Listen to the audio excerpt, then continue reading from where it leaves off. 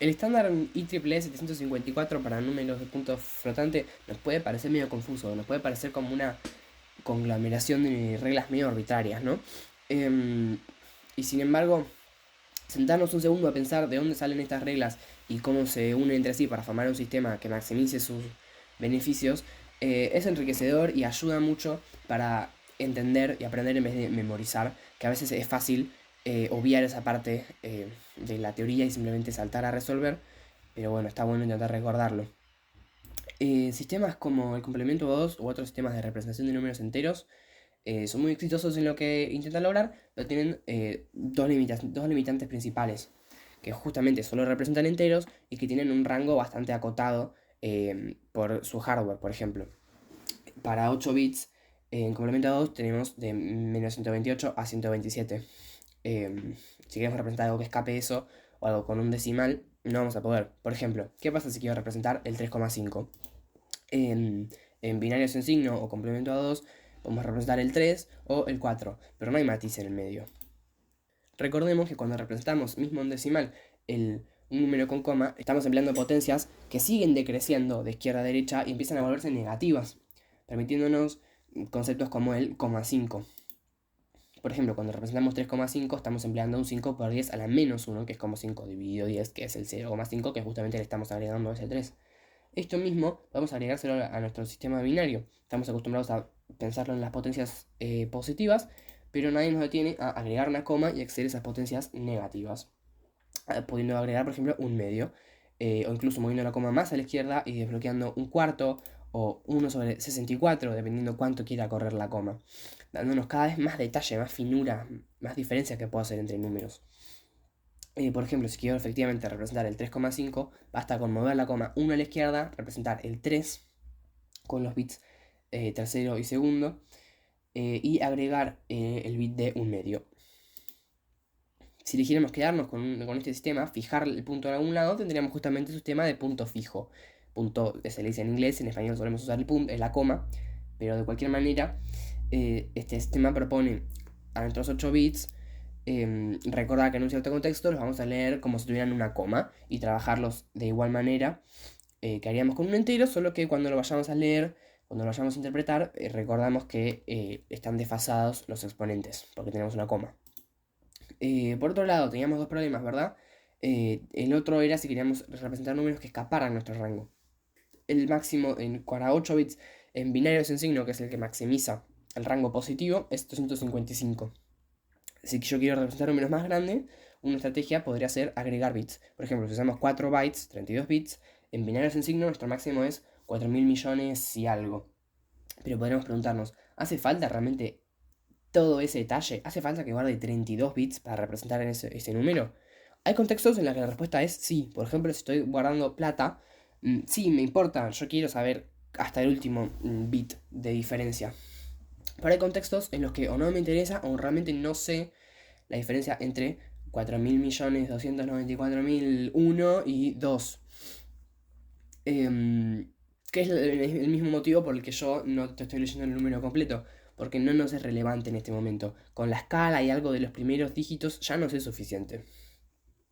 Por ejemplo, un ejemplo interesante que vi en internet es si querés representar la población mundial, prender o apagar el último bit significa que la población mundial está diciendo que es par o impar y realmente no es posible hacer esa afirmación. ¿Cómo podemos hacer entonces? Recordemos que cuando representamos un número solemos escribir simplemente los dígitos así, a secas, pero formalmente hay una serie infinita de ceros a la izquierda y a la derecha que no escribimos por conveniencia, pero que también están presentes en binario.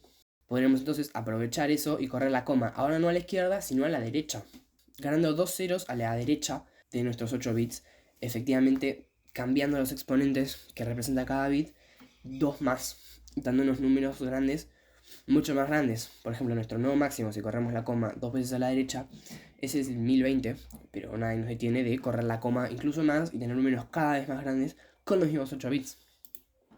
Ahora bien, dijimos que teníamos dos problemas, que había números que eran demasiado grandes y números demasiado chicos, ¿no? Y podríamos notar que hay una especie de compromiso hasta ahora entre estas dos soluciones. O sea, cuanto más me acerco a resolver el problema del rango acotado, menos son los números que puedo representar dentro de ese rango.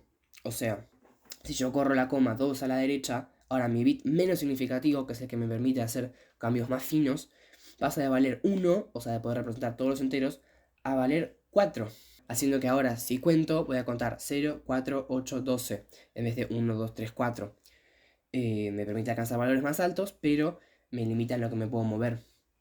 Por el contrario, si maximizo para finura, si corro la coma hacia la izquierda, mi bit menos significativo, por ejemplo en este caso, puede valer 2 a la menos 6. Entonces voy a poder diferenciar entre decimales muy muy pequeños, pero mi valor máximo en este caso, como mi bit más significativo es 2 a la 1, es el 3,98, realmente es muy chico. A esta diferencia la llamamos rango versus resolución. El rango es el intervalo total que podemos recorrer de la recta, mientras que la resolución es la finura con la que podemos diferenciar a los números dentro de ese intervalo. Para reconciliar este compromiso, recordemos que la coma no está en ningún lado, no es un elemento físico. No es que un bit represente la coma. De hecho, si un bit pudiera valer 0, 1 o coma, tendríamos un sistema de base 3 y sería muy distinta a la discusión que estaríamos teniendo. Pero como la coma es algo que elegimos interpretar nosotros sobre los mismos 8 bits físicos, podríamos, por ejemplo, guardarnos en otro lado la posición de la coma del siguiente número. O del anterior, digo, yo puedo guardarme un bit con mi número y otro bit con el número de la posición de la coma que voy a leer en mi primer número. Por ejemplo, con esta misma mantisa tengo 3 posiciones distintas. Acá la posición la vamos a guardar sesgada a 127 por el simple hecho de que la posición vamos a empezar a contarla desde la posición por defecto. O sea, vamos a hablar de un desplazamiento de la coma. O sea, la coma en la posición 0 va a ser completamente a la derecha y vamos a moverlo a la izquierda o a la derecha desde ahí. Entonces vamos a necesitar posiciones negativas, por eso vamos a sesgar esta posición a 127 para acceder a números negativos. Si representamos el 0, que es el 127, representado en binarios en signo, pero que le restamos 127, la posición de la coma va a estar en el lugar como por defecto, no la vamos a tocar básicamente, y esta matiza representa 201. Pero si movemos la coma 7 veces a la izquierda, representando con un menos 7 en este caso, vamos a representar con la misma mantisa el 1,57031, etc. Un número muy muy muy chico. Por otro lado, si movemos la coma 3 veces a la derecha, nos va a quedar el 1608, todo con la misma mantisa. O sea, podemos elegir movernos dinámicamente entre precisión y rango, dependiendo de lo que necesitemos. Esta es la idea central también de la notación científica, que seguro te suena, que nos permite estandarizar la representación primero de la escala de un número y después acompañada de una mantisa también. Solo que en vez de hablar de cómo movemos la coma, hablamos de multiplicar por 10 a la un exponente, que es cuánto a la derecha vamos a mover la coma. Guardar un por 10 a la algo es funcionalmente igual a decir mover la coma tantas veces. Y en binario podemos hacer lo mismo, solo que va a ser con base 2 en vez de con base 10, porque estamos trabajando en binario. Entonces decir move n bits a la derecha la coma es como a cada exponente sumarle n, o bien multiplicar a la suma total por 2 a la n.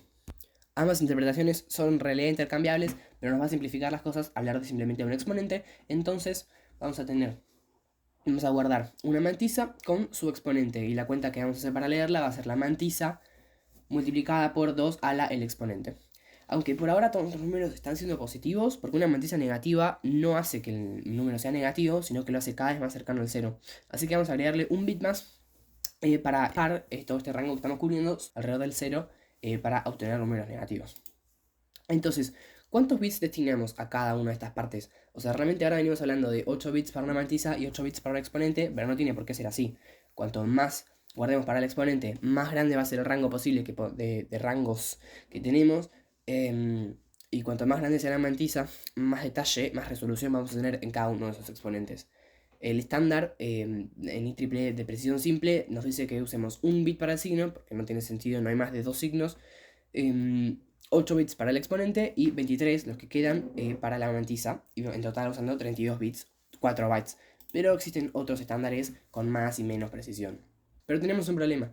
Cuando hacíamos representación de enteros, era un problema tener más y menos 0, o sea, desperdiciar combinaciones para representar el mismo número.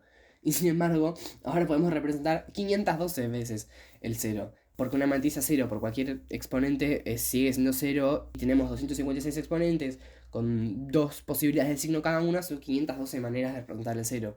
Y lo mismo pasa con la mayoría de otros números. Siempre que no estemos muy cerca del fin del rango del exponente, podemos mover la posición de la coma de la matiza y compensarlo con el exponente y representar de muchas maneras un mismo número. Lo cual no es deseable porque queremos, de las pocas combinaciones que tenemos, de las 2 a las 32 combinaciones de números que tenemos, que cada una sea única, que no estemos representando varias veces lo mismo. Nuestra solución va a ser de vuelta copiarnos de la notación científica y tener un número normal, un número estándar. En la notación científica eso se ve como que hay un solo dígito entero, coma, y después el resto del número multiplicado por 10 a su exponente. A pesar de que varias formas podrían ser equivalentes, solo esta es la correcta. Vamos a implementar lo mismo a nuestro sistema. Todos los números van a empezar con un 1, en nuestro sistema binario. Al proceso de llevar a una mantisa a este estado normal lo llamaremos normalización, porque lo estamos haciendo normal, o sea, lo que esperamos que como se vea. Aunque podríamos preguntarnos ahora, si todos van a empezar con un 1, ¿hace falta que lo escriba? Estoy de vuelta gastando espacio en cosas que son obvias. Si yo me acuerdo que siempre van a empezar con un 1, empiezan con un 1, y punto. Y si no desperdicio ese bit, puedo ganar un bit más para la mantisa para ganar precisión. Y a este concepto lo vamos a llamar bit implícito, o sea, ese 1, está implícito, ya sabemos que está. Entonces, para representar, por ejemplo, el 35,75, lo representamos primero en binario normal, movemos la coma hasta que nos quede un solo 1, y compensamos con el exponente, que va a hacer que la coma, cuando hagamos esta multiplicación, se vuelva a mover 5 veces para la derecha. Escribimos ese exponente 5 en exceso de 127, que es 132, y nos va a quedar 0, este exponente 132, y un 1, implícito que no lo vamos a guardar en ningún bit, y lo que nos quedó de esa matiza. Y sin embargo, recién dijimos que había demasiadas formas de representar el 0, pero ahora no tenemos ninguna. El 0 es imposible de normalizar, porque no tiene ningún 1 en sus infinitos dígitos. Pasa que es muy útil tener los números normales, porque si no estamos desperdiciando un montón de combinaciones y casi que no nos sirve de nada el sistema. Entonces, ¿qué hacemos? ¿No representamos 0? Otro problema que surge de este bit implícito que queremos imponer es que números muy chiquitos que antes podíamos representar, como por ejemplo exponente menos 127 y un último 1 en la mantisa, que era 1,4 por 10 a la menos 45, ahora al agregar ese bit implícito, el número más chico que podemos representar es todavía con un exponente menos 127, o sea, todos ceros, y una mantisa de todos ceros, porque tenemos ese 1 al principio, y si lo evaluamos nos va a quedar 5,9 por 10 a la menos 39. Ambos son números chicos, pero hay órdenes de magnitud de diferencia.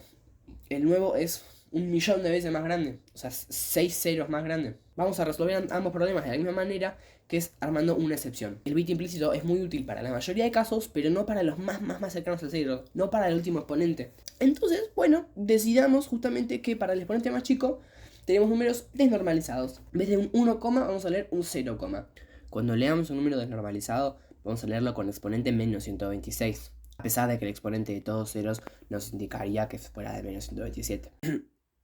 Así podemos transicionar desde los números normalizados con exponente menos 126 al rango de números desnormalizados con mayor fluidez. Y listo, eso nos permite representar números muy chicos y además nos permite representar el 0. Todavía tenemos un 0 positivo y un 0 negativo y se podrá argumentar que sigue siendo un desperdicio, pero realmente una combinación de las muchas que vamos a usar. Hasta hay situaciones en las que es útil poder diferenciar el más y el menos 0. Por otro lado, ¿qué pasa si es demasiado grande? Ya resolvimos si eran muy chicos para representar en nuestro sistema de punto flotante. Pero si son demasiado grandes, todos los números que sean demasiado grandes se van a terminar redondeando a un exponente de todos unos, o sea, de 128, y una mantisa de todos unos, que es el 6,8 por 10 a la 38. Todos los números, sobre todo cuanto mayor sea el exponente, van a ser redondeos porque nuestro rango se vuelve cada vez menor. Y si queremos representar el 6,8 por 10 a la 38 más 1, y lo representamos como 6,8 por 10 a la 38, no pasa nada. Pero si fuéramos a hacer una cuenta y nos diera como resultado 10 a la 100 o 10 a la 999, la representación que nos quedaría redondeada sería 6,8 por 10 a la 38. Entonces realmente no podemos confiar en este número, porque puede significar desde sí mismo hasta la mitad de la resolución en ese exponente para atrás, hasta potencialmente infinito. Si realmente ese número va a ser donde caigan todos los números que sean muy grandes, bueno, vamos a armar otra excepción. Este número, positivo o negativo, va a ser infinito. Así lo vamos a definir. Un número que fue demasiado grande para representar, bueno, es una cadena de todos unos, menos un signo que puede ser más o menos. Además, tener este símbolo infinito, por ejemplo, nos define algunas operaciones que antes estaban definidas como 1 sobre 0, porque estamos dividiendo 1 por algo que fue demasiado chico para representar por ningún otro número desnormalizado, entonces que quedó representado como 0, que nos da un número muy grande que no podemos representar como ningún número disponible, entonces cae como infinito. Es parecido a como estar tomando el límite de la operación en ese sentido. Pero hay otras operaciones que quedan indefinidas. Por ejemplo, 0 por infinito, porque es como que todo por 0 es 0, pero todo por infinito debería ser infinito. Entonces depende de qué infinito y qué 0 estamos hablando, es una indeterminación. También incluso si estamos tomando el límite. O por ejemplo si tomamos la raíz de un número negativo. Y si ya vamos a hacer cosas raras con el exponente 128, agreguemos una excepción más. Excepción número 3. Los números de exponente 1, 1, 1, 1, 1, 1, 1, o sea, exponente 128, excepto los que tengan matiza de todos unos, que esos son nuestros infinitos, no van a ser números, van a ser mensajes que vamos a escribir. Y lo llamamos not a number, none, o sea, no es un número. Entonces, el exponente de todos unos simboliza not a number, excepto que la mantilla sean todos unos, y después en esa mantilla distinta de todos unos vamos a escribir un mensaje que nos va a decir, ok, acá se intentó sacar la raíz de un número negativo o hacer 0 por infinito. El IEEE no termina de definir cómo se ven esos mensajes, esa es una de las partes más flojas en ese sentido, como que se lo deja al criterio del fabricante. Y eso sería un poco todo. Ya repensamos todo lo que define el estándar. Y para cerrar, la conclusión fundamental de todo esto en realidad yo creo que es, más allá de los específicos del IEEE, es que las computadoras las armamos nosotros y los bits no significan nada concreto. Realmente los bits pueden significar lo que nosotros queramos.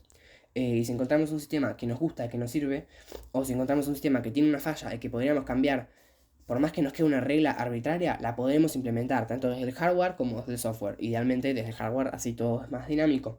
Siempre vamos a tener imperfecciones en una base determinada, siempre va a haber números racionales que no podamos identificar, y además siempre va a haber números irracionales, pero podemos inventarnos cosas inteligentes que nos permitan hacer que todo funcione. Muchas gracias.